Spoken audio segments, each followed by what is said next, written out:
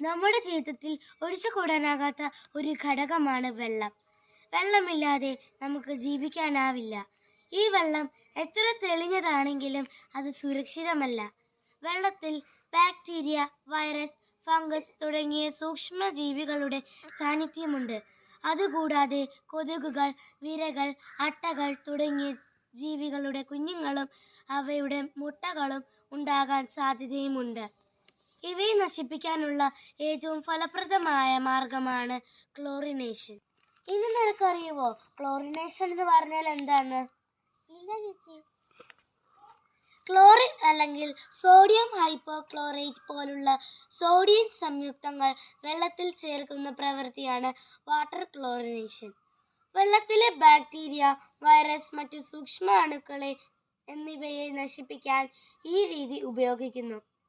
Typhoid, cholera, hepatitis തുടങ്ങിയ രോഗങ്ങൾ ഉണ്ടാകുന്ന സൂക്ഷ്മ അണുക്കളെ നശിപ്പിക്കാൻ ക്ലോറിനേഷൻ വഴി സാധിക്കുന്നു. ക്ലോറിനേഷൻ തികച്ചും പ്രായോഗികവും ഫലപ്രദവും അതുപോലെ ശക്തിയേറിയ അണുനശീകരണ മാർഗവുമാണ്. നമ്മുടെ വെള്ളം മലിനമായി എന്ന് കണ്ടാൽ നമ്മൾ ഈ മാർഗം സ്വീകരിക്കണം. ക്ലോറിൻ വെള്ളം കുടിക്കാൻ ഏറ്റവും നല്ലത് ചൂടാക്കി ആറിയതിനു ശേഷം കുടിക്കുന്നതാണ്. സ്വാദ് മാറാനായി ജീരകമോ കരിങ്ങാലിയോ ചേർത്ത് കുടിക്കുന്നതാണ്. അപ്പോൾ നിനക്ക് മനസ്സിലായോ നമ്മൾ എന്തിനാണ് ഈ ബ്ലീച്ചിങ് പൗഡർ കിണറ്റിലെ വെള്ളത്തിലേക്ക് ഇടുന്നതെന്ന്? മനസ്സിലായി ചേച്ചി. അപ്പോൾ കൂട്ടുകാരെ, നിങ്ങളുടെ വീടിനടുത്തുള്ള കിണറുകളിലോ